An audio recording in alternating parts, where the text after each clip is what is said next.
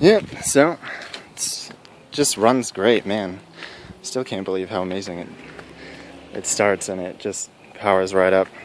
So that was a cold start. It's been sitting for 3 weeks. So I mean, there's definitely no issues on that end. All right.